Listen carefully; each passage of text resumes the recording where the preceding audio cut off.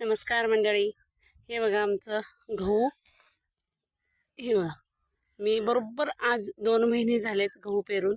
ह्याला एकही चिमटभरही रासायनिक खत घातलेलं नाही आहे. फक्त आणि फक्त अन्नपूर्णा ह्याच्या 2 फवारण्या घेतल्यात. आणि हे बघू शकता किती छान अगदी एक समान लोंबी आहे. आणि ह्याची साईज पण खूप मोठी झाली लोंबीची. मी रासायनिक खताचा न वापर करता येतोय काय गहू ते मला बघायचं होतं, म्हणूनसाठी हे मी गहू पेरणी केलेली आहे.